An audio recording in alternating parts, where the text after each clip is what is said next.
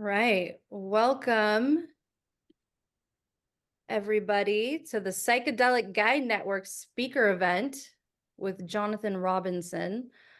Um, I'm Ashley. I'm your host for the next 90 minutes and also fellow psychedelic guide. I am also the founder of Psychedelic Guide Network and so honored to have you all with us today. For those of you who are new to PGN, maybe this is your first time, you're not familiar with our network, our specialty is psychedelic guide peer consultation groups. We are the first network dedicated to keeping the guide space diverse by connecting guides with different backgrounds, different trainings, different approaches in this space, and connecting them through peer consultation groups to learn from each other. And we are the only network whose sole focus is on helping guides improve their practice through learning from real life examples of guided sessions, which we consult around in our peer consultation groups that we call wisdom circles. The mission of PGN is preserving wisdom of all kinds because we full-heartedly believe, and maybe you do also, that there are many approaches to consciousness medicine. And in addition to our consultation groups, we host speaker events such as today with Jonathan, which we'll get to in just a moment, as well as other wisdom keepers, legal experts in the psychedelic space, and our members also jump in to provide many workshops for other members in our network. So our network has a member portal where you can find all of our speaker events and recordings for events that you may have missed live. The member portal also has a resource library full of content, intakes, playlists, whatever it is that a guide may need to support their work in psychedelic medicine. So we have, and I wanted to share with you all, we have a circle launching next week. We have a wisdom circle launching in March that will be specifically for psilocybin guides. And we also have in March launching a wisdom circle for guides that are working with MDMA. So you can ping myself or you can ping Perrin, who will be monitoring our chat today. And without further ado, I am so thrilled to introduce you all to Jonathan Robinson. Jonathan was introduced to me by one of our PGN members. I believe she's on right now. Shout out to Caitlin. When I connected with Jonathan, I was not only fascinated by his expertise in working with MDMA, but Jonathan feels like what I would consider an OG in the space. He has decades of experience working with psychedelic medicine, and MDMA, has conducted hundreds of medicine experiences. But what really stuck out to me when I connected with Jonathan was his way of also incorporating spirit into his practice. And that was a natural match for PGN. So I hope you all leave today with more wisdom that influences your work. And thank you for being here. So Jonathan, thank you so much for being here. I'm going to go ahead and hand it over to you. Great. Well, thank you, Ashley.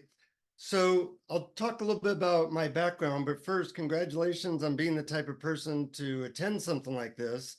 It's an exciting time for the whole world of psychedelics. I've been in this space for about 45 years and have done a bunch of research, led about 700 or 800 journeys. One thing I do want to mention is I'm going to go really quick. There's a lot to cover.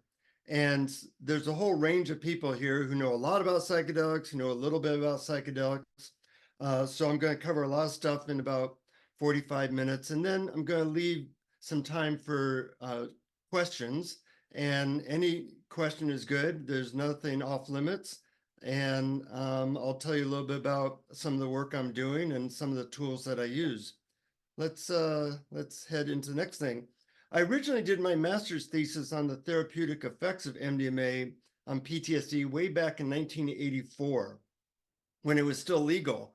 And the results were so incredible that my supervisor said I had to do it over again. But by then it was made illegal and no research could be done.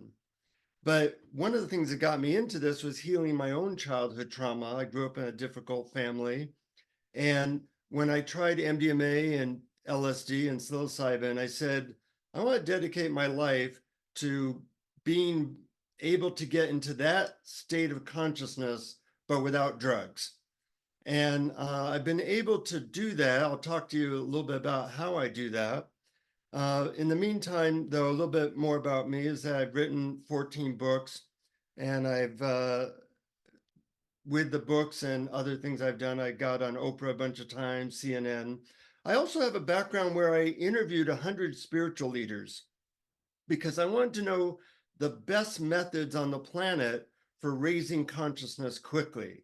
So I interviewed everybody from the late Mother Teresa to the Dalai Lama. If you've heard of them, I probably interviewed them. I have a podcast called Awareness Explorers where I continue to interview such folks. And I'm always looking for the best methods that can lead to the greatest change in the shortest period of time. And of course, psychedelics fit into that category. You know, my parents, just a funny story, my parents were wondering why I spent so much time meditating and researching these teachers and doing psychedelics. So they asked me, could we try this? It seems like you're really enthusiastic about it. So I gave my parents some MDMA. And what happened was kind of funny. I told them, how to create a set and setting so that they could do this.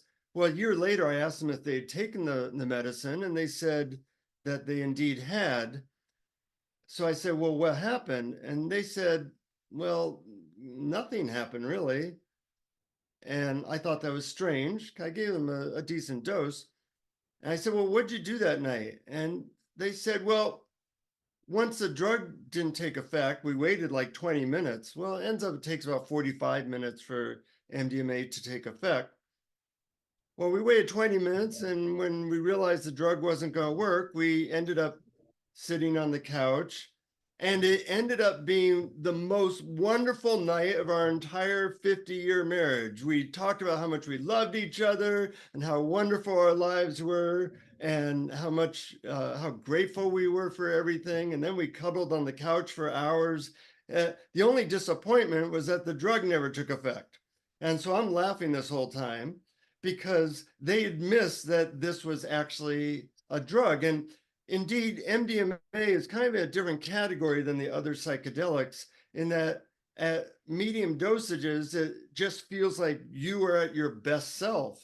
You feel loving and open, whereas on LSD or psilocybin, as you melt into the floor, you know that something's going on. So each of these drugs have a different best purpose. MDMA is great for trauma. It's great for dealing with anxiety and phobias. It's wonderful for connecting couples who might be having a hard time. Whereas LSD, psilocybin is more useful for things like end-of-life issues or spiritual acceleration and things like that. I'll go more into the different uses in a little bit. But I have found that MDMA therapy was, to my and everybody else's surprise, even more effective over Zoom. I've led a lot of journeys, but when COVID hit, I started to see if I could do these journeys over Zoom. And to my amazement, it worked even better. I thought it was the equivalent of doing about 3 years of therapy. And as a psychotherapist, that was rather impressive. So it really is very flexible. It's like a Swiss Army knife in a way, in that you can use it in a lot of different ways. Whereas I don't do any of my other psychedelic work over Zoom because the other psychedelics are too unpredictable that way. I do have a place where we're going to, after my talk, answer all your questions. As I'm talking, if there's a question that you have about something I talk about or something related, feel free to put it in the chat and I will answer all Can those you help questions. me log in to the internet? Somebody I think needs to mute there. Okay, next. Well, let's see, I gotta figure out how to change the slide. There we go. Oh, wait. We'll get, okay. My clients, about 1/3 of them are couples looking for breakthroughs. The average couple waits 6 years once they started having problems before they actually see a counselor. That's like, if you have cancer waiting 6 years to see the doctor, you'd probably be dead by then. And in fact, a lot of the couples I see, they're like totally at each other's throats. But even in those situations, I can get couples back to a place of love and healing, usually in one session. It's pretty much amazing that that can happen, but it is a breakthrough medicine. 1/3 of my clients are looking for spiritual growth. MDMA especially gets people in touch with love and inner peace. And by journeying with somebody and leading them on a journey, I can look for clues as to what they're doing inside of themselves that is creating that feeling of love and peace, so that when they're not on the medicine, they kind of have a breadcrumb trail back to that place of love and peace. It used to take me like 2 hours to get into a place of deep peace and love, of meditating. But with MDMA's help, now it only takes about 20 to 30 seconds. And that's because I learned what helped trigger those feelings of deep love and peace, and was able to practice that. And that's something that people can learn. I call it love training. Now, another third of my clients are people dealing with trauma, anxiety, and depression challenges. And depending upon their particular situation, I might lead them in an MDMA journey or a psilocybin journey, or perhaps even ketamine. And do feel free to put the any questions in the chat as I talk. So MDMA has been proven to be most effective for PTSD in phase 3 trials of the Food and Drug Administration. Something you may or may not know is that the FDA is planning, most likely planning, to make MDMA a legally prescribed medicine around August of this year. That's going to change a lot of stuff. The FDA in its entire history has never taken an illegal drug and made it legal, including for marijuana, which is still nationally illegal. But they are doing this for MDMA because they found that the results were so incredible that they couldn't come up with a reason not to do it. Now, other psychedelics, psilocybin, ketamine, LSD, etc., are effective for more different things, like how to help people with depression. But MDMA is more like a Swiss Army knife. It can be used almost for anything. Now, MDMA is very good for dealing with couples issues, as I talked about. It's usually, I would equate one journey with about 2 to 3 years of therapy. Also, psychedelic therapy can be fun. As a psychotherapist, when people come to me, it often takes a long while before they get better, and it's not that fun. Whereas psychedelic therapy is actually enjoyable for most people. And it also creates a new way of being. A lot of people have not experienced these higher states of consciousness on their own. So when they take some LSD or magic mushrooms or MDMA and they see what's possible, that can inspire them to do things like meditate or do therapy or really work on themselves. So it's a very big inspirational boost. And of course, it can help with a lot of things. Lately, there's been some studies that show MDMA is incredibly effective for dealing with addiction. And the ongoing studies are quite exciting that way. I like this. Wait. I haven't mastered how to move my thing here. This cartoon says the one person on the couch is talking to the other, and they say, I'm pretty sure we're not that we're in the placebo group. I like that cartoon. Yes, I'm pretty sure we're in the placebo group. We're not dancing quite like they are. Which is a problem with the studies, because with these medicines, generally people do know which group is placebo and which group is not. So I want to talk a little bit about my protocol for leading journeys. There's different ways to lead these journeys, and over a 50-year period or 45-year period, I've learned what works and what doesn't. So what I normally do is a 1 hour initial Zoom session where we go over what to expect, what a person's intentions are, what success looks like, and how I work. I ask a lot of questions about their history and get a sense of really what they would like to work on. Then we set a date for a 5 hour session where we dive deep into their goals. If it's done over Zoom, they take the medicine and I guide them over Zoom. And then about a week later, I do a 1 hour session to discuss what was learned and create integration. I think a problem with the whole psychedelic therapy space is that a lot of people have not focused on integration. And I think of integration as the most important part of it. I want to make sure that people take their learnings, their insights, and desire for behavior change into their daily life. And in a little bit, I'll talk about how I do that. But I think the future of psychedelic therapy is there will be more effective protocols, for doing that. Because if people are just taking psychedelics and not integrating it into their life, it's of little value. And I do, as I mentioned, do MDMA over Zoom, whereas I don't do that when I lead other drugs because they're a little bit too unpredictable. Of the 700 or 800 MDMA sessions I've done total, only one client had a problem, had a difficult trip. So one out of, say, 750 is negligible, and their problem wasn't that big. They were just not reacting well to the medicine. So let me talk about other protocols. If you've heard of the organization known as MAPS, which stands for Multidisciplinary Association of Psychedelic Studies, they developed a protocol where they put a blindfold on people and have them listen to music during the session.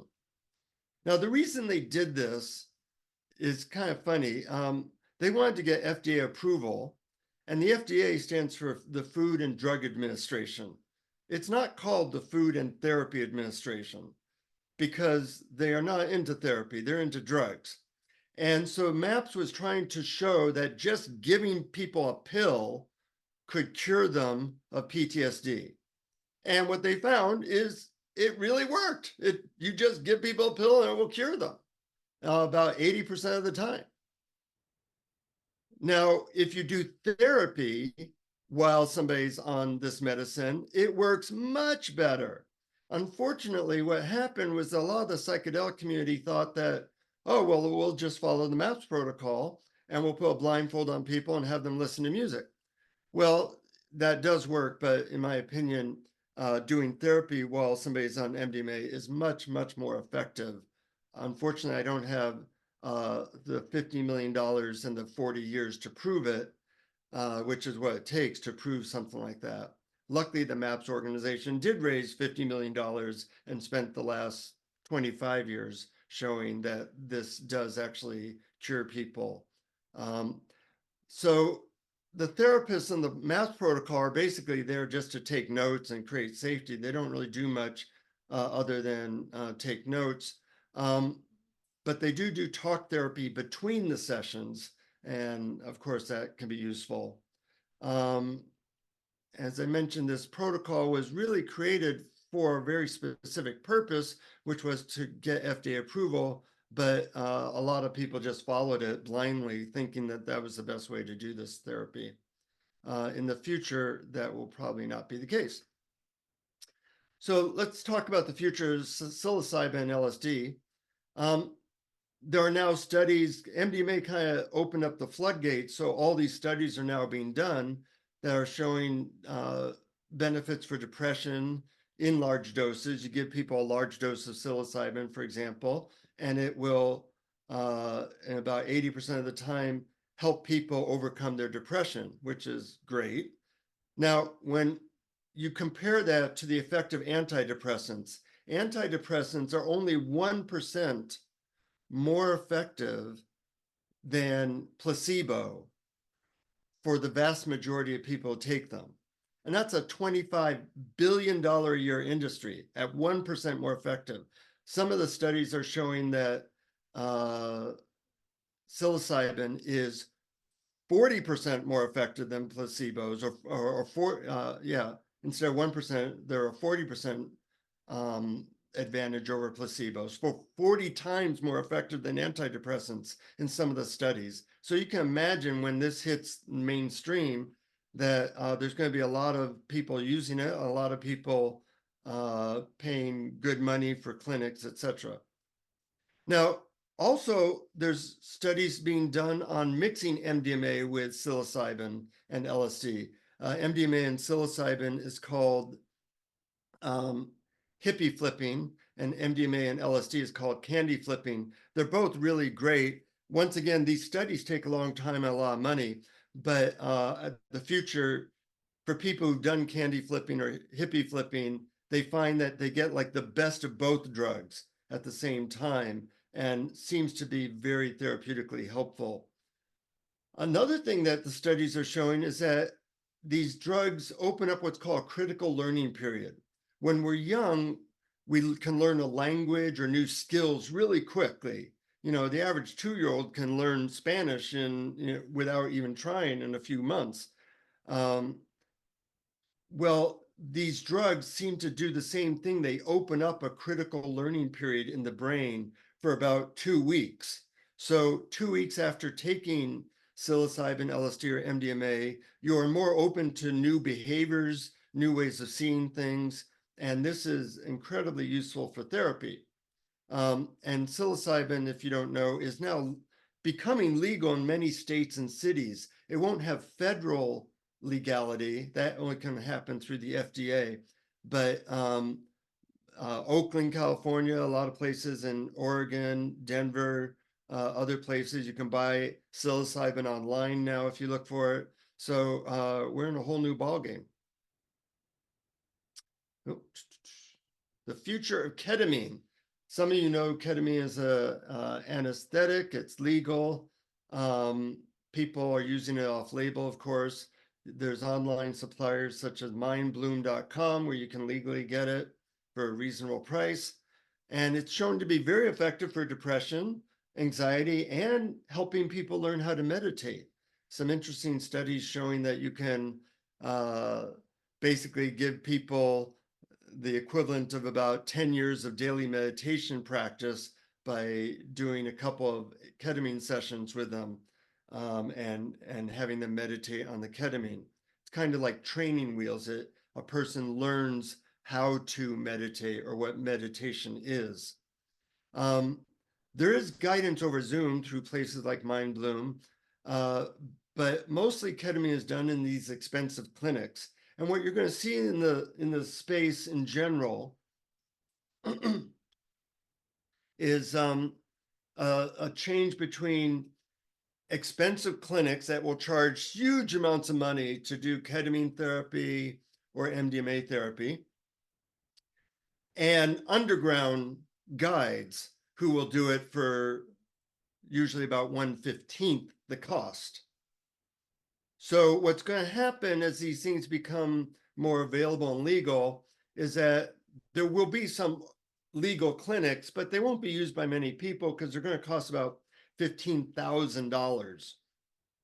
Whereas underground therapists and guides that I teach, I've taught a few hundred of them, will be charging, in the vicinity of $1,000 to $1,500.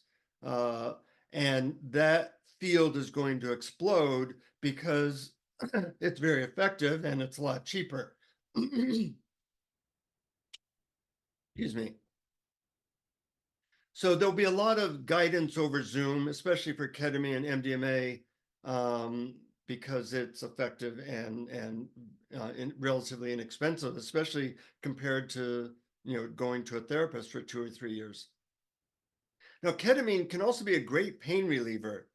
There aren't really that many good pain relievers, and obviously opioids create a problem, but ketamine does reduce pain for a short period of time, and it's being used in that capacity. And over time, there's going to be great price reductions. You can go to Mexico and get ketamine. You can get it at these websites like MindBloom, and there's going to be a lot of recreational use. And of course, whenever there's recreational use, there's also abuse. But the good news is that ketamine is pretty hard to abuse. MDMA is also pretty hard to abuse because the more you do MDMA, the less effect it has. So people trying to do it every week soon find that it doesn't have an effect. And the same is true for LSD and psilocybin. But anything of power can, of course, be abused, and it's important to know how not to abuse it.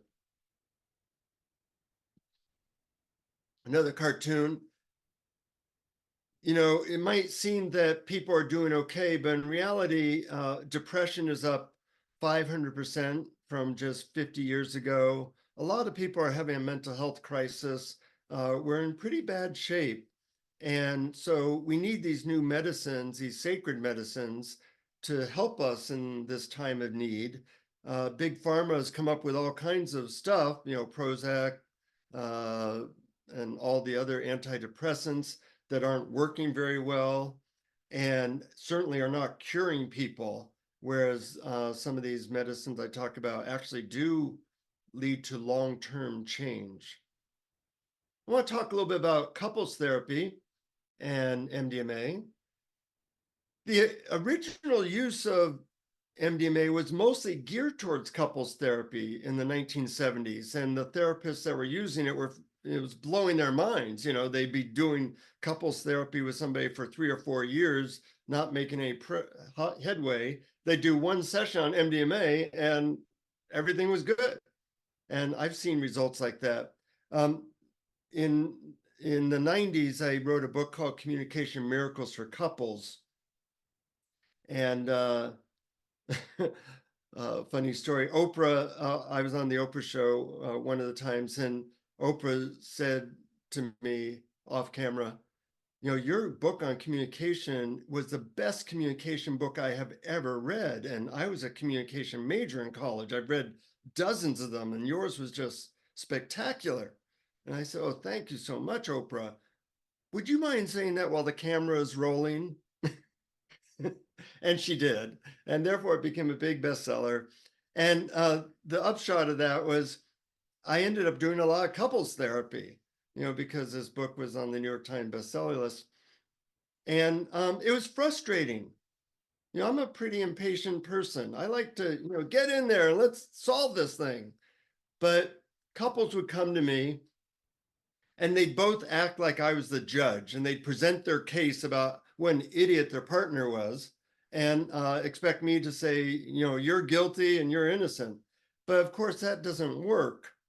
So it would be a long slog doing couples therapy with people who no longer liked each other and trusted each other. But when I would give them MDMA, that bond would be there, and working out problems with somebody who you love and you trust is actually quite easy. So it would be like 3 years of therapy in an afternoon, and everybody was happy. It was also, you know, these sessions are very emotionally moving, not just for the couple, but for me, you know, to see two people who are like at each other's throats suddenly blossom into love and connection and work out their issues. I mean, it's a miracle, and it's very moving emotionally. So I love doing this work, and it's an honor to be able to do it. Now, what I do in these sessions, I teach a course where I go into this in a lot of depth, but you know, I have people feel their partner's pain and you know, feel empathy for their partner. I never have clients come into my office, you know, a couple, and say, we really understand each other very well. That's why we want a divorce. But I have couples come in and say all the time, I just don't understand them. That's why I want a divorce. So I help people understand their partner. They often play something called the curiosity game, which is you can ask your partner any question you want, and your partner has to be honest. Might be questions like, why'd you have the affair? Or have you ever had an affair? Or why don't you love me anymore? Why don't you want to have sex with me? These are tough questions that people tend to avoid. But on MDMA, MDMA reduces blood flow to the amygdala, which is the fear center of the brain. So everything is good to talk about. And people actually like talking about this stuff on MDMA. I also teach certain skills like appreciation training, requesting good communication, like I'm feeling sad, I'm wanting you to hold me. These are simple communication things that when couples are not on MDMA, are very effective for helping couples stay connected. We also do a lot of stuff with helping couples negotiate agreements. And usually these agreements are just for a week to see if, they work. And then when I do the integration session a week later, they decide if they want to hold those agreements. And 95% of the time they do. So, they may have been struggling with how to deal with sex or money or parenting for years. And on MDMA, we just come to an agreement, it's solved, and that's that. So it's very satisfying on that level. And then, of course, a lot of couples have to work to forgive each other for past sins or difficulties. So that's another part of the couples therapy with MDMA. Some therapy questions I like to ask when people on MDMA specifically. It can be hard to do therapy on with a client on a large amount of LSD or psilocybin because they don't track that well. But on MDMA, people track really well. They're very focused. So a question is, what are you afraid to say or face with your partner? Or what are you afraid to ask for? Or why? What about the experience do you find you resist? A lot of times people will resist certain feelings or certain conversations, and what you resist tends to persist. Also, giving people insight about their psychological neuroses is helpful. What's the payoff of the price of holding on to this issue? Sometimes one partner will be holding on to an issue to kind of punish their partner. The most basic question to ask anybody in therapy is, what do you really want? And the answers they give from their deeper self is often very different than what they might say in a superficial therapy session. And another question I like is, if you had no fear, how would you act differently, or how would you be different? Because fear is the thing that keeps us stuck for the most part. And only if people can imagine how they would be with no fear, can they step into that slowly but surely. And remember, if you have any questions or comments on any of this, feel free to put it in the chat, which I'll be getting to in a little bit. One of the things I do for integration is I record the sessions, or I have the client record them on their smartphone usually, and then I have them listen to the recording and take notes. And a lot of people say that listening to the recording was as impactful as the actual experience. So it's a very important thing to do. For some reason, the MAPS protocol does not do that usually, but I think it's very important. We go over key moments and learnings in the integration session, and we discuss what would be like some key behavior changes that would make their life better. And I provide a motivational method that helps people stay consistent with the changes they'd like to make. If you want to change, if you want to be successful in any area of life, whether it be being healthy or making money, if you want to lose weight, the technique for doing that is not a mystery. Eat less or exercise more, and do that consistently. If you want to make money, the way to do that and get rich is also very well documented. but you have to do it consistently over a long period of time. If you want to have a good relationship, there are also things that you can do that are guaranteed to work, but you have to do them consistently. So the key to success is to do the right thing and do it consistently. But most people don't know how to be consistent over many weeks, months, or years. So I teach people a motivational method that allows them to do that very, very effectively. And if you don't have that method, it's really hard. So I'm very focused on getting people to learn my motivational methods. Before becoming an author and known as a psychedelic therapist, I spoke at Fortune 500 companies about motivation, Google, Microsoft, etc. And I only got paid if I was able to increase the motivation of their clients a certain amount. So I got good at focusing on how to do that. So the results. Well, just on a personal level, I was able to unpack a lot of my neuroses. I was a suicidally depressed teenager, having grown up in a difficult household. And now I'm very happy. Life is great.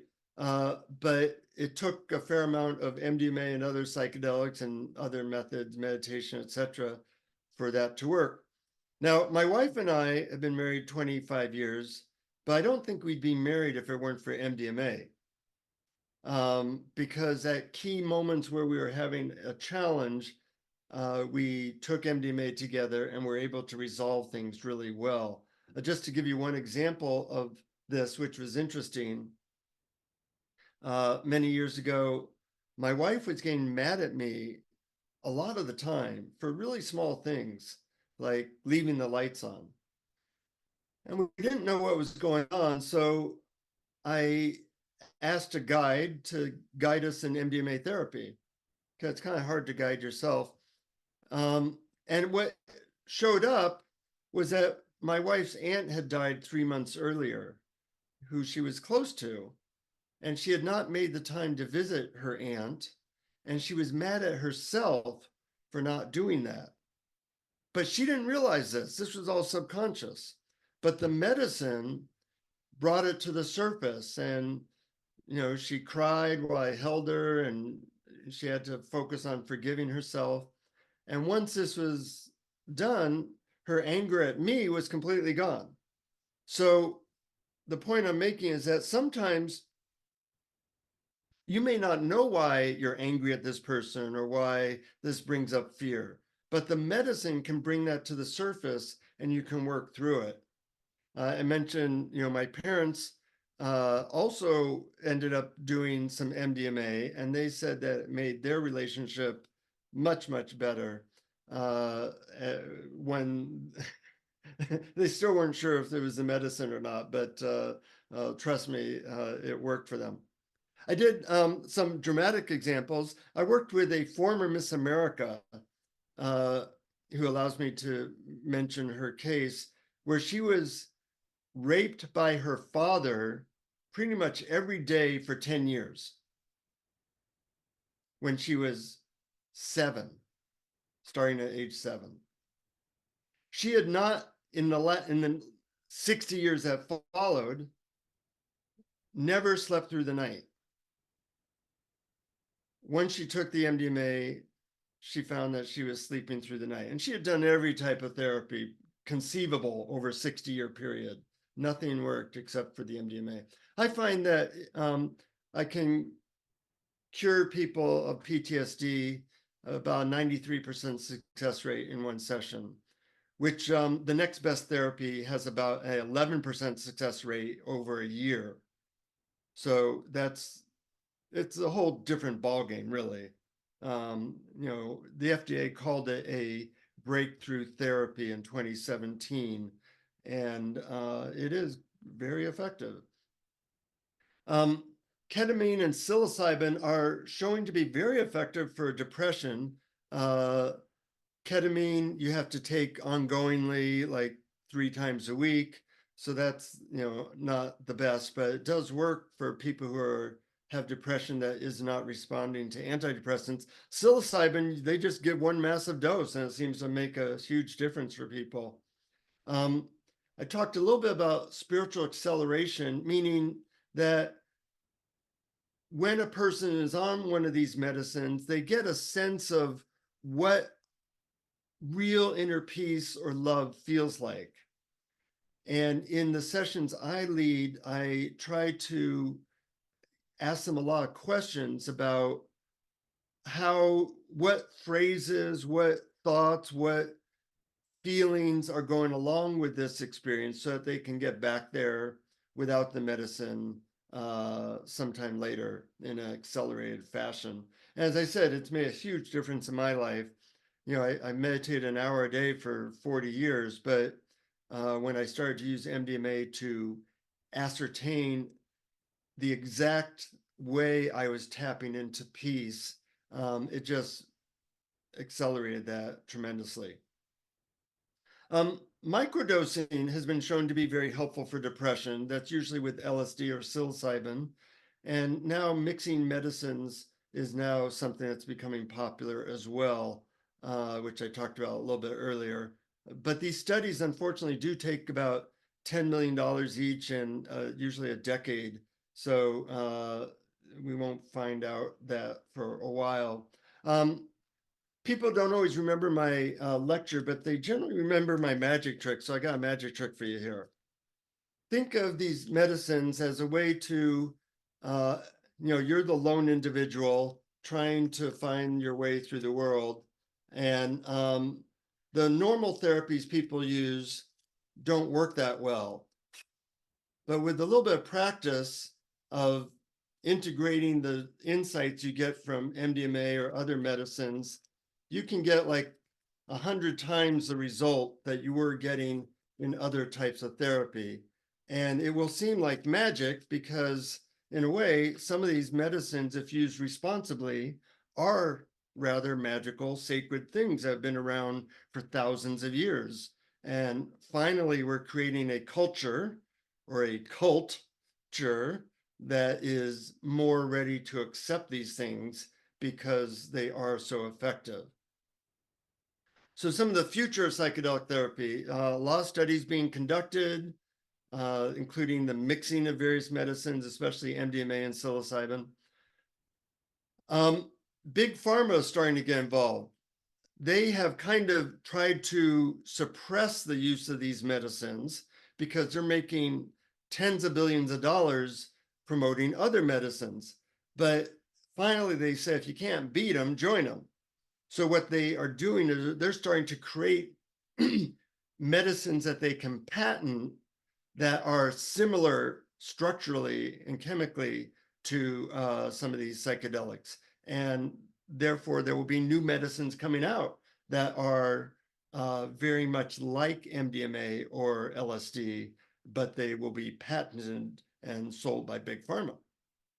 The advantage of that is they have the money to plow it through all the studies really quickly. You know, they can spend $100 million in a year, and if they think a medicine is going to make them a bunch of money, they'll do that.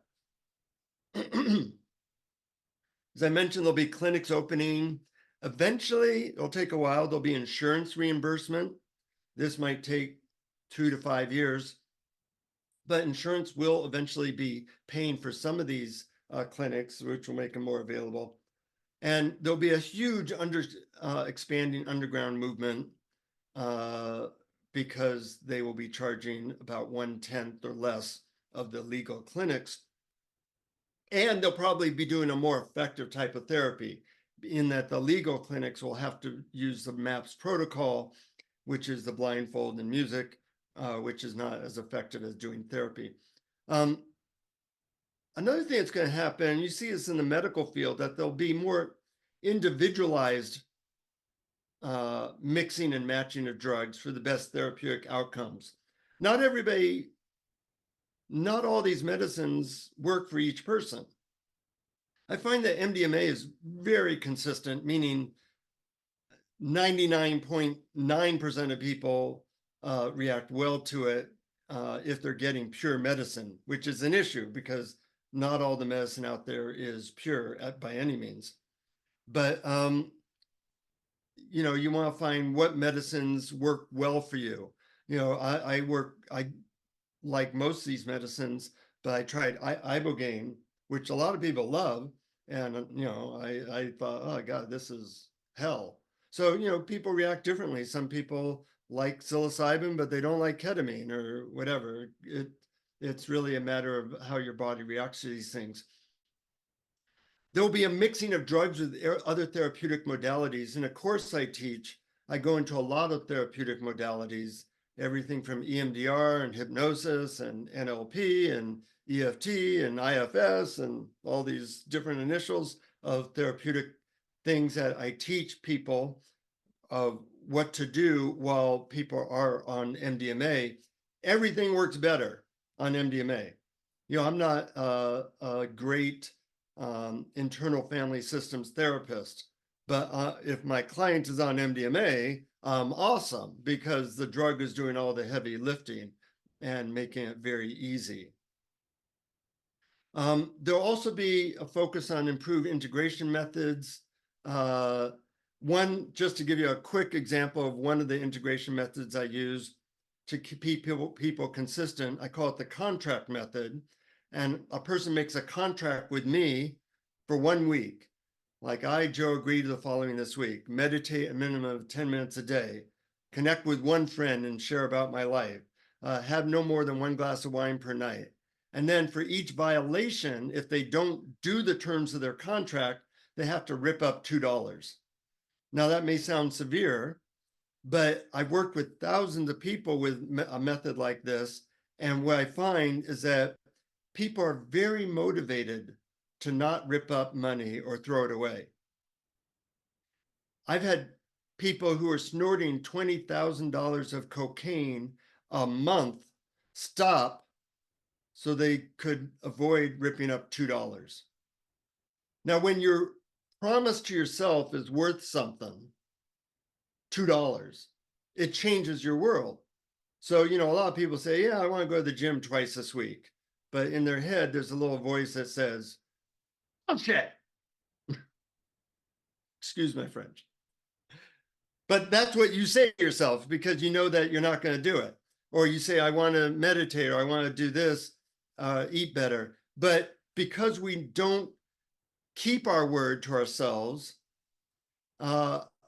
we grow weak in a certain way.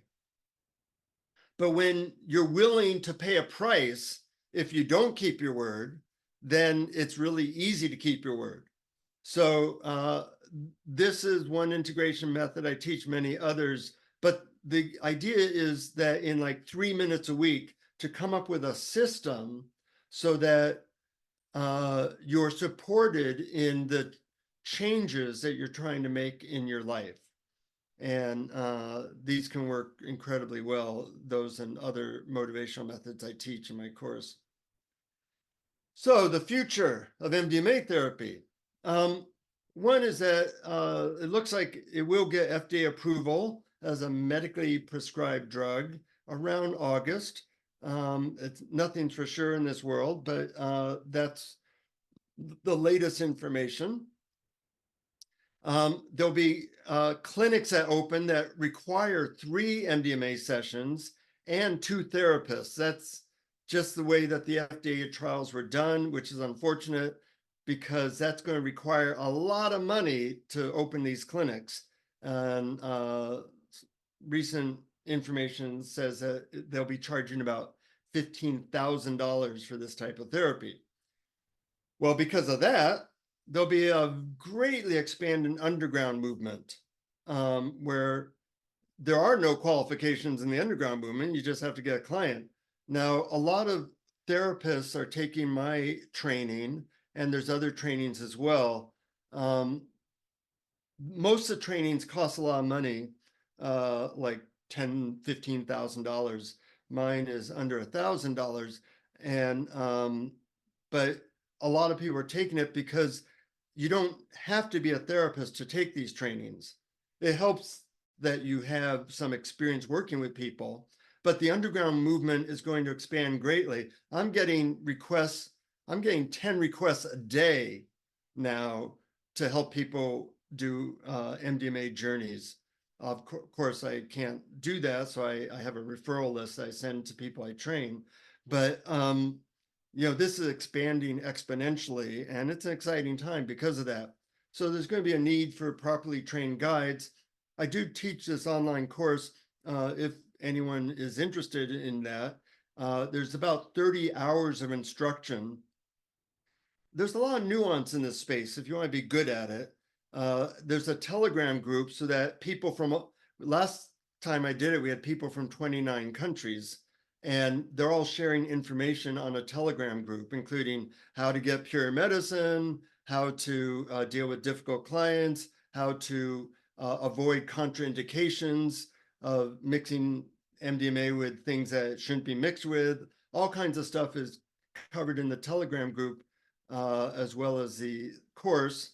And there's a lot of documents, there's a lot of practice, working with other people, a lot of trading sessions with people on the course. The last course had a couple hundred people in it. So it's a big thing. It's a time commitment, money commitment, but if you have any interest in making money being a guide, you can go to mdmatraining.net. For people interested, the Psychedelic Guide Network, and listening to this, if you put in the discount code MDMA Guide, you get 5% off the course. So that will save you about $50. And we're taking applications. The next course is in March, starting March 2nd. Everything's recorded. You get everything, all the videos, everything, the Telegram group.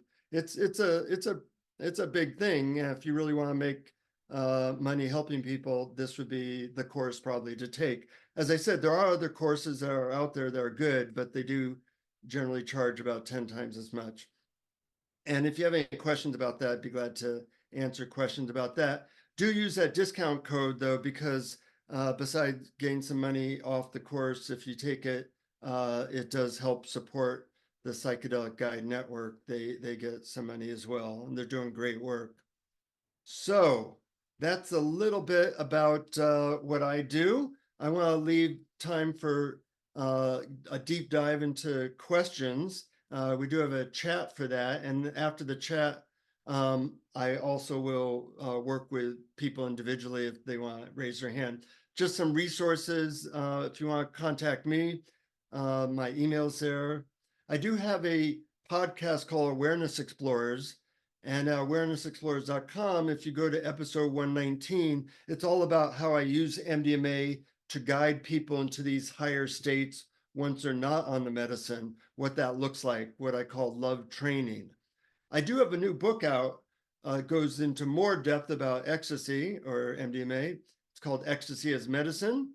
I think you can buy it for the amazingly high price of 99 cents on Amazon. In Kindle, and it's also available in audiobook or paperback. I have a website called Ecstasy as Medicine, and if you put your email address in there, you get something sent to you, free 10 ways to avoid bad psychedelic trips, and something that a lot of people are really loving, what's called 12 questions to instant intimacy with anyone, if you want to further create magic in your relationship. And once again, you'll learn all about the training and sign up for mdmatraining.net. Let me go to the chat and answer some questions and then perhaps work with some individuals as well. Could you talk about how you choose dosages for sessions and journeys? Yeah, great question. Also, let me stop the share so I can talk to you directly. Let's see. Okay. There's a pretty standard dose for MDMA, which is about 125 milligrams, usually with a 60 milligram booster about 90 minutes into the session, if somebody feels like the booster. The range of low dose and high dose of MDMA is actually very small, whereas with psilocybin and LSD and ketamine, the ranges can be very big. It depends on what somebody's after. In studies, they show that most people are taking about 3 grams of psilocybin, which is, you're not walking around at 3 grams, usually. You're pretty high. So it really depends on what somebody's looking for with these other psychedelics, whether they're looking for a taste, which could be called a microdose, or if they're looking for something more therapeutic. But with MDMA, the dosages are pretty standard, and about half my clients are taking the booster dose, half are not. I asked them about 90 minutes into the session if they'd like to take that. So hopefully that answers your question. If it doesn't, feel free to put a follow-up in the chat as well. Next question. What if my current skill set is more suited to helping with the integration process? Are people working in transformation teams? Well, when people take my training, they get training in a lot of therapeutic modalities, and you practice one-on-one with other people in the class. And if you want, you trade sessions with other people in the class. So you learn these new skills. And just like anything, whether you're learning tennis or to become a psychedelic therapist, it does take practice, and it does take information, and it does take a supportive environment. So I try to supply all of those in the training that I do, and I try to do it as quickly as possible and as inexpensively as possible. Some of these other trainings do a good job. Unfortunately, they tend to be about a 2-year program. That's why they charge 10 times as much. How do you address the crash post journey? MDMA recovery can be hard for many of us versus other psychedelics, supplements you recommend, etc. Great question. First of all, 40% of the MDMA sold in America, through dealers or whatever, is impure. It's mixed with bath salts, methamphetamine, and other things. So a lot of the after effects that people think come with MDMA are actually due to impure medicine. Now, in my course, I talk about how to get pure medicine in a way that avoids legal issues. And that's a whole lecture in of itself. But it's really important. Now, if you don't have access to that, then you want to test your medicine if possible. And there's a test kit you can buy at dancesafe.org. Dancesafe.org costs about $50, but that would be, and it does like 50 tests. That would be a way to know if you're getting good medicine. Now, even if you do get good medicine, some people feel tired the next day. In my book, Ecstasy as Medicine, I talk about 8 supplements that you can take that, depending on how much you want to go into that are helpful. So I recommend that, and you can get it for 99 cents on Kindle if you want. So that's something that you can do. In the course, I go into this in a lot of detail because probably 1 in 3 people do have a hard time the next day, and going into detail about what those supplements are, how to take them, how much to take them, that's a whole nuanced conversation. Some of that information can be found in my book, but it's important to know how to do that. When I take MDMA and I take these supplements, I have no after effects other than I feel fantastic the next day. So, it really does make a difference if you know what to do. But just having pure medicine can make a big difference. When the MAPS did trials about this, they found that only about 1 in 20 people were having a hard time the next day. Whereas on the street, when people take MDMA, it's like half of them are zonked out the next day. That's because the medicine was not pure. Okay. Please comment on the fact that celebrities such as Matthew Perry have died while having large amounts of ketamine in their blood. Proud of you, Jonathan. Okay. So every drug can be abused. We get like 120,000 people dying of opioids, such as fentanyl, every year in America. 120,000. I'm not sure what that would come to per day, but if every one of those was announced on the paper would be, like 500 people a day. Plus 500,000 people die every year of alcohol or die early. 500,000 people die every year on cigarettes. Approximately 6 people die every year in America on MDMA. So it's 1 in 100,000 difference. The problem is that the media is geared towards nobody wants to hear that everybody's dying of alcohol or cigarettes. But one person dies of ketamine, which is really hard to do. Matter of fact, he didn't die of ketamine, he died of drowning, because he was in his pool. So he just kind of fell asleep and drowned. Now, yeah, there'll be 3 or 4 people who die of ketamine each year. But my comment about it is that the news is not giving you an accurate picture of what drugs are dangerous and what drugs are not. So aspirin's dangerous. People die of aspirin, but we don't announce it on the front page of the news. Whereas MDMA, ketamine are almost impossible to die of. I mean, you really have to take a lot of it. You have to be in a pool. You have to drown yourself. You have to be a drug addict. You have to do a lot of things to die of these drugs. Whereas, unfortunately, they do get the news. Now, many years ago, a lot of people heard that MDMA caused holes in the brain. Big news stories about this. And what was happening was that MDMA does reduce blood flow to the amygdala, the fear part of the brain. And they call that a hole in the brain. Well, no, that's not a hole in the brain. That's actually a very therapeutic thing to have, reduced blood flow to the amygdala.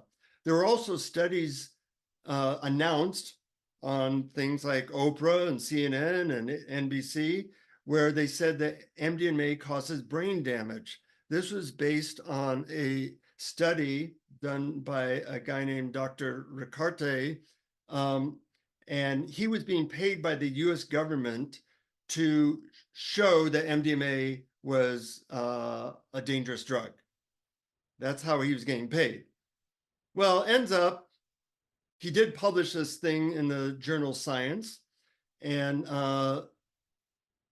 it came out about a year later that he had not given these monkeys MDMA, he had given them a massive, massive dose of methamphetamine and killed them. Well, that's not the story. The story came out that MDMA can cause brain damage and kill you. Well, of course, they had to retract the whole thing. Science Journal made a retraction saying, we found out that the results were completely false, completely made up, done on monkeys with mass doses of methamphetamine, and it was embarrassing. Of course, the news did not report that retraction because they can't make money doing that. But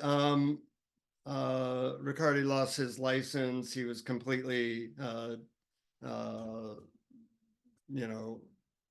put as a fraud, and that's what happened to him. So, unfortunately, there is big pharma and other things have a there's billions of dollars at stake here, hundreds of billions of dollars at stake. When you start dealing with hundreds of billions of dollars, you start making enemies. The fact that MDMA is going to be made legal is going to reduce big pharma's assortment of psychological medicines, which don't work very well. It's going to reduce that a lot. So, there can be self-sabotage of various kinds going on in this space.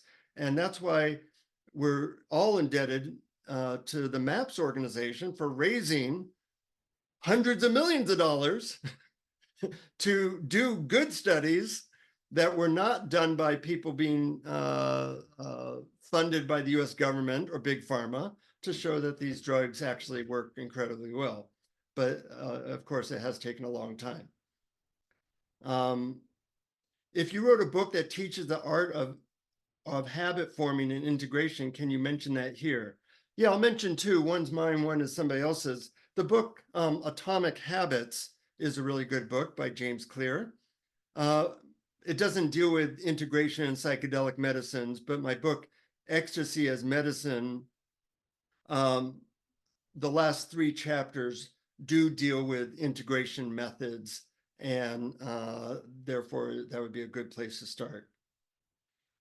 Can you speak on people who don't have massive breakthroughs on MDMA? Does it sometimes take several sessions in order to create enough safety, or is it just not a good option for some people? Yeah, great question. And there's a second part I'll get to. Well, let's say, there's a bell curve with everything. So let's say that 30% of people have massive breakthroughs in one session. 30% have fantastic sessions where they really are moving forward, and 30%, they don't notice the breakthrough right away. Now, it might be that, but most of those, I would say, most of those people feel like that was really valuable. I'd say 5% feel like, I didn't get that much out of it. And, that happens. It may not be their medicine. People are different. So I'd say maybe 5% feel like, well, I got something, but it wasn't that much. And yeah, that does happen. Does it take several sessions? It might take several sessions. It might be the therapist or guide, that they have a big impact on the session. It might be how you're feeling that day, so there's a lot of factors, but the success rate of MDMA for either breakthroughs or having a really fantastic learning experience is very, very high. That's one thing I can say. I've witnessed people who say that they felt warm and open, but didn't have any big awareness or shifts. Well, I think some of that is due to that they're trying to guide themselves. And it's very hard to guide yourself on this medicine. So I think a lot of it has to do with the guide. It might have to do with dosage. And it might be that that's not their particular medicine. So there can be a lot of factors in that. But if you have a good set and setting, if you have a good guide, and you have clear goals as to what you want to achieve, at least for the people I'm working with and the guides I've taught, they're getting incredible results. What if their walls are really protecting them? I would say that does happen in about 5% of cases. And in such sessions, they may need a second session. But there's also guided meditations I use to kind of disperse those walls, to relax them. And the MDMA helps quite a bit as well. The other thing is that on Zoom, there's incredible amount of safety. Let's say somebody's been sexually molested and they have trauma. Well, asking a woman to come to my office and take a drug when they've been sexually molested, that's a big ask. It's hard to feel safe there. But on Zoom, there's total safety, plus there's the medicine, plus the rapport they feel with me. It usually leads to, almost everybody says, I feel safer and more relaxed than I've ever felt in my entire life.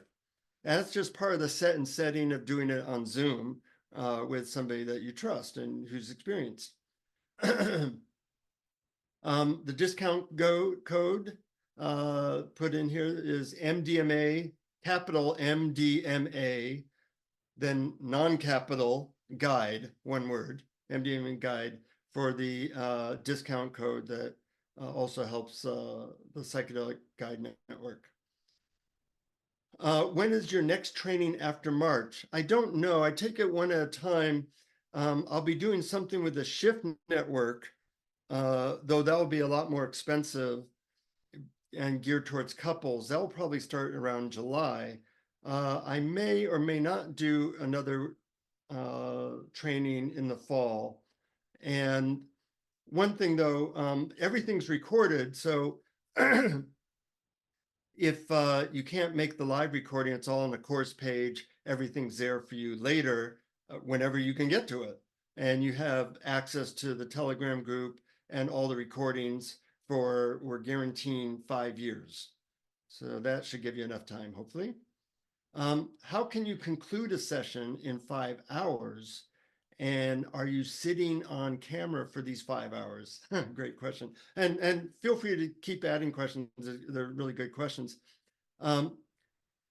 First of all, the medicine usually only lasts 4 to 5 hours. So people generally feel like, yeah, I did everything I wanted to do. And I conclude the session, I start to conclude it by asking them questions like, so what were the key insights that you learned? What did you find most helpful? We talk about how the integration session will go. And it's really very organic how that happens. So that's pretty simple. I go into depth about that in the training, of course, but that's a quick answer. Now, one thing that I found really fascinating is that on MDMA, no person of the 300 or 400 sessions I've guided over Zoom have ever found it hard to sit and look at a screen for 5 hours,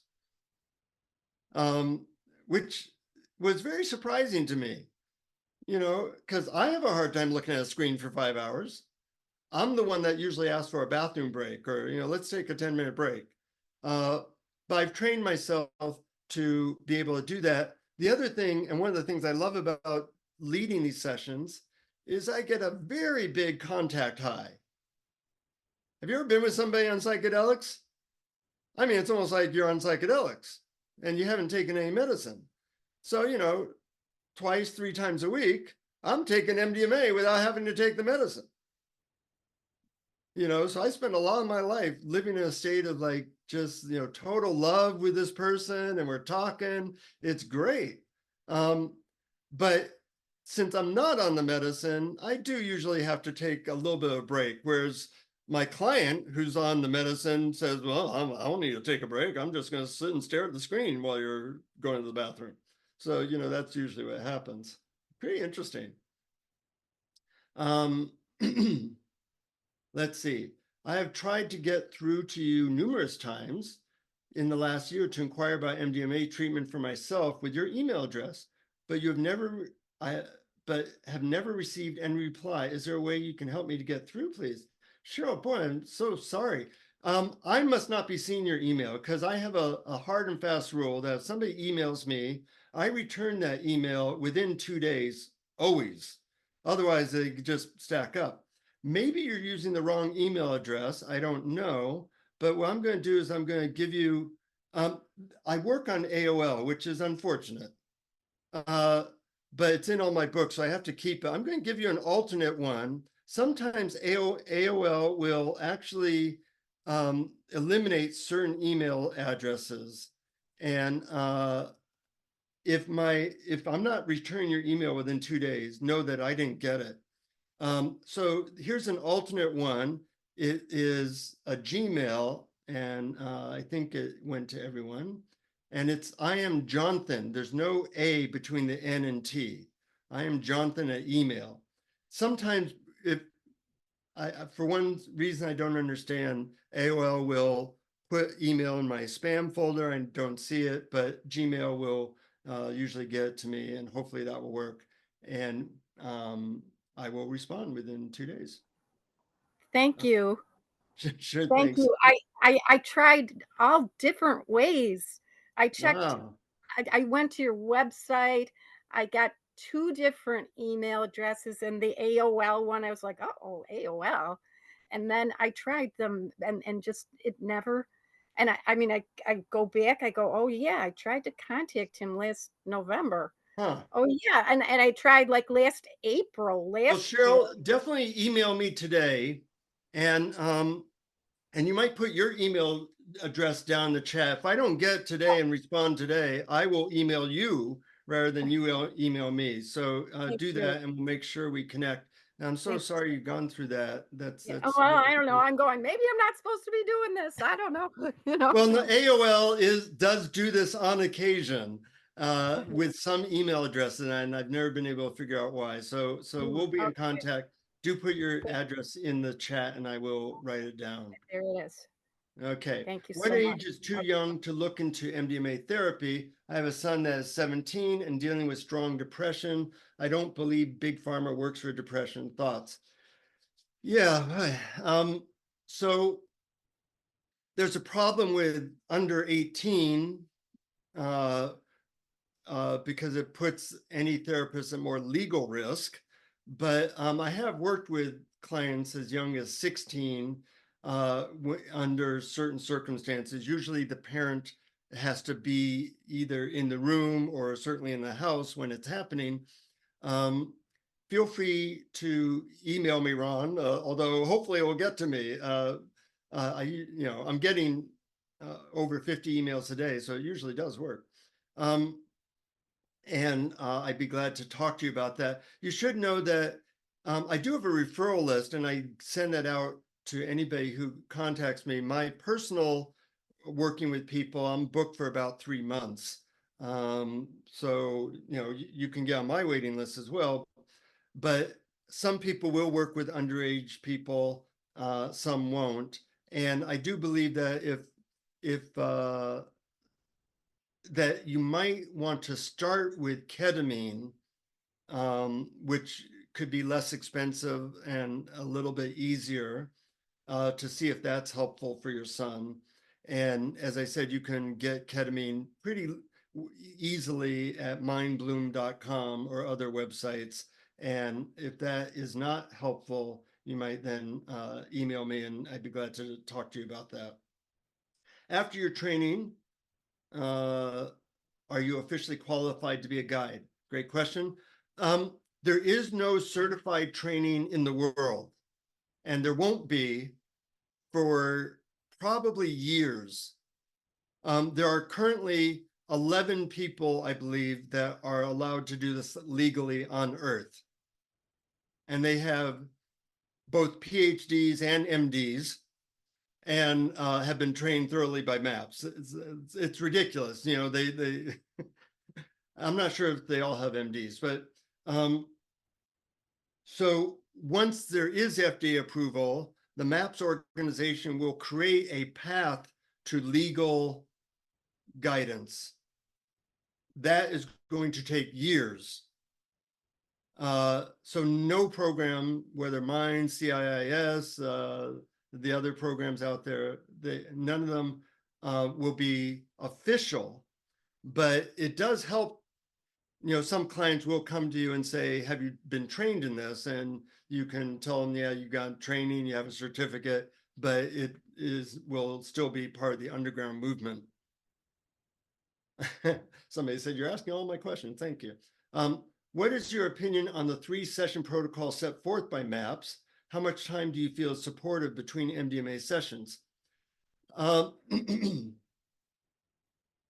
Well, I talked to Rick Doblin at MAPS a couple months ago, and he said we were working with the worst PTSD clients. These are people who tried to kill themselves a bunch of times.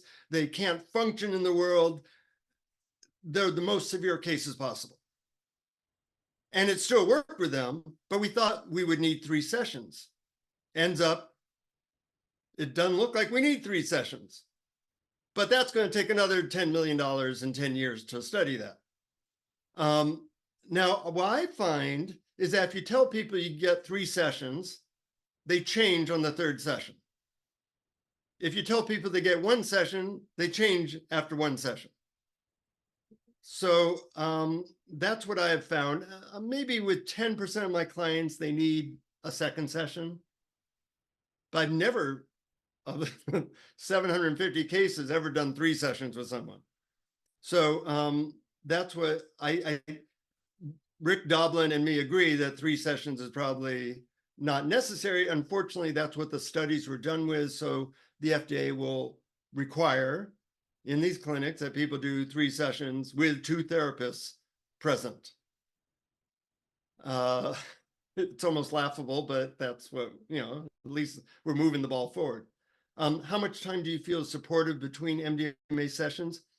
Personally, I think somebody should wait at least 3 months between MDMA sessions so they can fully integrate the insights, etc. Also, you're not have the problem of taking it too much and growing tolerance for it. It takes 2 weeks for all your serotonin in your brain to get back to normal. So you definitely don't want to take it that often. So that's what I think is that's a good amount of time. I personally take it like once a year. I feel like that does me lots of good. And you don't need to take it that often, usually if you're doing the therapy right. So the link for the course was put up there. That's good. How long after talking, or I think taking MDMA, does the effect kick in? It usually takes about 30 to 50 minutes, where I would say the average is about 40 minutes. Although, I was working with a client a month ago, and we're an hour and a half into the session, and she says, I don't feel anything. And we're 2 hours into the session. I don't feel anything. We were having a great conversation. But like my parents, she wasn't necessarily feeling like it was having an effect. And so she's in the middle of a sentence and she's talking about her daughter. And then she says, I think I'm starting to feel it. So it hit her like a Mack truck when it was affecting her before, but sometimes people don't realize it except all at once, but that's unusual. It's usually about 40 minutes. Caitlin says, I can attest to Jonathan's response rate. Okay, thank you. Since MDMA is so bonding, how do you handle the client's transference to you and your counter transference? Yeah, really great questions. That's a real problem, especially, if I'm a man, I'm working with a woman, and if they're in person. So that can be a real problem, which is another one of the reasons why I suggest that people do this over Zoom, because that does create a very clear boundary. And I go over some other things in the course that help about ethics and boundaries with clients. But the Zoom helps tremendously with that. And yeah, you fall in love with your client, they fall in love with you. But then, at 5 hours, you click on leave the meeting, and there's no possibility of cuddling or dating or any of that stuff, which can get people in trouble. So it's a good situation. It also helps to avoid any legal problems. It's totally legal to talk to people on Zoom. Nobody's getting arrested for talking to somebody else on Zoom. Now, nobody's asked this directly, but I've avoided all legal problems in that if people don't have access to medicine, when they work with me or people on the course, they get the name of somebody on Signal who Signal is a fully encrypted app, and they contact that person on Signal, and that person mails them the medicine. I have nothing to do with it. The client, in a way, is doing something illegal, but the government is not focused on trying to stop one person from getting MDMA when 120,000 people a year are dying of fentanyl. So we haven't had any legal problems with anybody that I know of who's taken the course or anybody I've worked with. And that's how we've gone around some of these legal issues that other people have dealt with. What does a session with you cost, and what do your trained guides charge? Sessions with me are on a sliding scale between $1,200 and $2,200, and my clients decide what they can afford in that range. That's fully up to them. And that includes the initial Zoom call, the 5-hour session, and the integration session. Some of the people I've trained charge significantly less. And I encourage people to do that. I have some people who are charging veterans, and I actually work with veterans occasionally and charge just $500. That's like nothing. Some of these people have been having PTSD for 40 years. For $500, they can get through that. And I have a list of people who will work for less money. They have less experience, but they're still getting great results.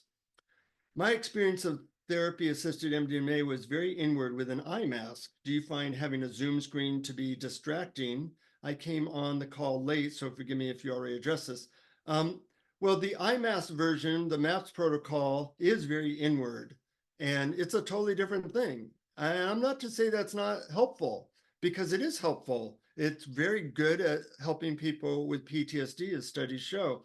But I find the relational thing on Zoom, where you can dive into the actual issues therapeutically, to be much more effective. And it's a very different experience, both than the MAPS protocol or trying to do it on your own, which is also very challenging because it's hard to guide yourself.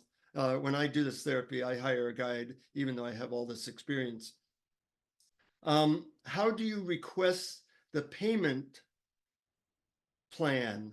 When on the site, it stated that it was possible to request. However, at the end of the page, it does not give an option. Thanks for asking that. What you can do, I'm not in charge of that part of the course, but I will give you the information of who is in charge of that part of the course, and you can ask him. He's very responsive. His name is Amir, and he will tell you how to do that. There's a way to do it, and I don't know what it is. And you can email him at amir@psychedelicsociety.org.uk. And there is a payment plan you can use. It's through something called Klarna or something like that. How much does one dose of MDMA cost? From my source, they send 1.5 doses plus some supplements to help with recovery, mailed to you, and all of that costs $50. So great questions. We have about 3 minutes left. I think I covered a lot of stuff. Hopefully you got some really great information. I want to make sure that Cheryl, who has had a hard time, oh, here's your thing. Okay, let me get this. Gmail. Okay, so Cheryl, do try and email me, but if I don't hear from you in the next day, I will email you. And I do want to say that, we talked about a lot of information, but it's important to remember that this is like an elevator to the deepest part of yourself. And this is a sacred science. There's been shamans that have done this for thousands of years, and you want to use this powerful medicine correctly, whether you're helping yourself or someone else. And there's an art form and science to it. I've given you some of the intellectual things, but know that there's a more spiritual element to it as well that is harder to talk about. But I do want to end with a story that might give a little sense of how I got into it and something that affected me. Many years ago, I was visiting a guru in India who I'd heard about. And when I got to his place, he told me to sit in front of him. And this guy, has millions of devotees. I'm like nervous as heck. And he has me sit in front of him, and he gets real close to me. He says, "Who are you?" Well, I didn't know the protocol, so I said, "I'm Jonathan Robinson from the United States." And he and the other people in the room just started laughing. And I thought, well, that was the wrong answer. Well, he had compassion. He said, "No, who are you really?" And I said, "Well, I'm a spiritual seeker." And he kind of shook his head, no. And then I said, "I'm a writer." And he said, no. I said, "I'm a man." No. "I'm a psychotherapist." No. We did this for about 3 minutes. I finally ran out of roles, and I just looked him in the eye, and there were literally light beams coming out of this guy's eyes. It was really strange. And I just kind of like looked at his eyes, and I started to get this weird feeling in my chest, and it just opened and opened. And I surrendered to it, and there was like an explosion of love. I entered into this like ocean of love that was so intense. I just started weeping in this man's lap. And as there weeping in his lap, feeling more love than I've ever felt, he pats me on the head and he says, "This love is who you are. And your job is to get back there as quickly as you can." And that really hit me. That's our job on earth. And we now have some breakthrough medicines that can get us back to that place. And we're so lucky that we live in a time where this is available. And your job and my job is to find our way back to that love. And I hope something I said today inspires you in that direction, and that you can find your way back to your heart in daily life, because that's what the world needs. So thank you so much for listening. It's been an honor and a pleasure, and I hope our paths cross again. Mm. Thank you so much, Jonathan, for all of your wisdom. Thank you all for being here. I just wanted to mention, for those that weren't on the beginning of the call, we're going to be having a MDMA guide support group, which is great for ongoing education if and when you attend a training like Jonathan's and you want to be with peers in the space that provide a lot of resources around lived experiences and supplements list, which is one thing that came up today. So Jonathan, your wisdom, I'm so happy to support you and your work. Thank you for all your critical thinking. I absolutely love that you dosed your parents. Thanks for all of your honesty, your transparency in answering all of the questions, some hard questions that came up that might be uncomfortable for people to ask or even answer. So Great questions. really appreciative of you and your work and happy to support, and just thank you so much for being here, and I look forward to more. Thank you, Ashley. Take care, everyone. Thank you. Take care, everybody. Bye. Bye.